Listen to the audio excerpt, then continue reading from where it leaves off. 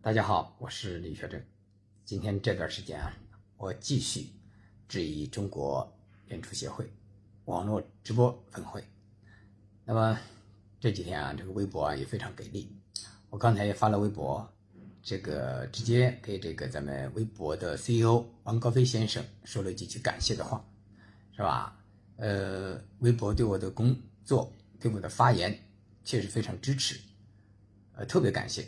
但是有的网友呢，反映这个转载、转发的时候他的点赞，还有他的这个叫点赞被消失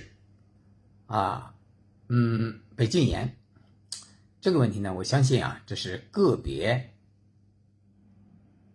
管理员的问题，绝对不是咱们整个的微博平台高层的意思。因为虽然微博 CEO 王高飞先生是咱们中国演出协会直播分会的副会长，但这个副会长行业内都知道就是挂名的，凭咱们这个微博强大的影响力，协会绝对是不会跟他要收费的。你只要来能做我的分会的副会长，就已经是给这个协会面子了，就是撑面子的像这样的大平台老总那几个都是撑面子的。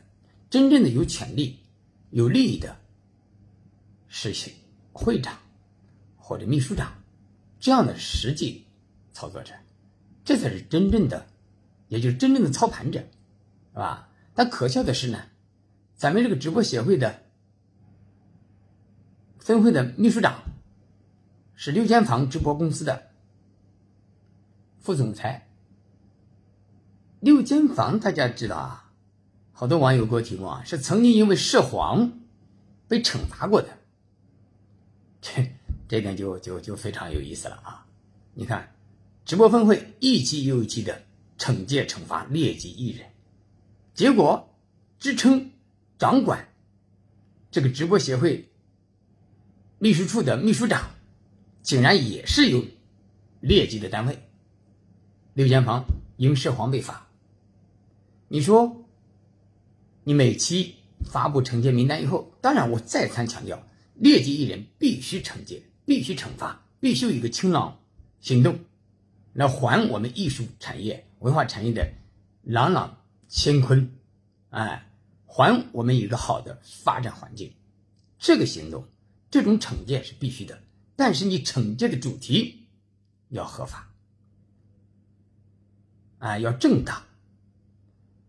你曾经是一个本身就是个劣迹单位，你是劣迹单位的老板，到了这里当了秘书长，竟然摇身一变接受中央电视台采访，什么各大媒体的采访，侃侃而谈，滔滔不绝，讲起劣迹艺人来义愤填膺，一腔正气。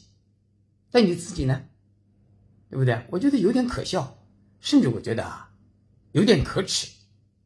如果这样的协会如此操作，如此试图搞行业垄断，搞对自己不利的对手打击报复，那我们这个行业这种危害性，我觉得远远比那些个别的劣迹艺人危害性还要大。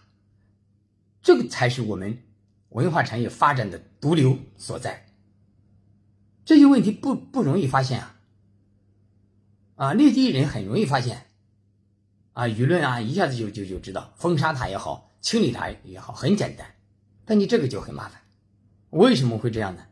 对吧？你成立之初的动机就是为了拿这个大蛋糕，吃这块肥肉。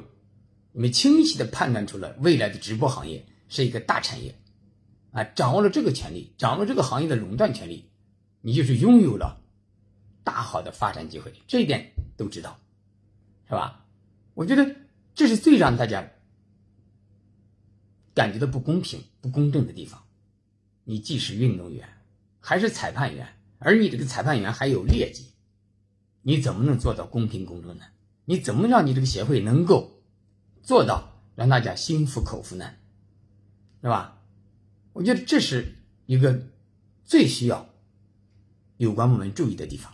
当然我今天也很开心啊，有关部委，我今天不能说哪个部委啊，领导让我保密，不让说出来。我说那我可不可以粗略的点？领导勉强为了支持我的舆论同意了。有关部委管纪检的领导通过我一个首长朋友联系到我，非常客气，邀请我到礼拜一到他办公室去详细的汇报，给领导汇报我质疑的这些问题让我备足材料他们也非常感谢我对这个问题的质疑。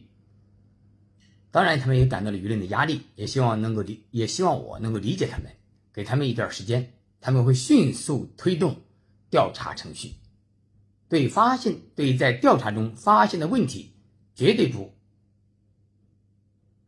坚决的惩处，绝对不会故意的庇护。由于这个领导这种决心，这种坚定的意志，我非常开心。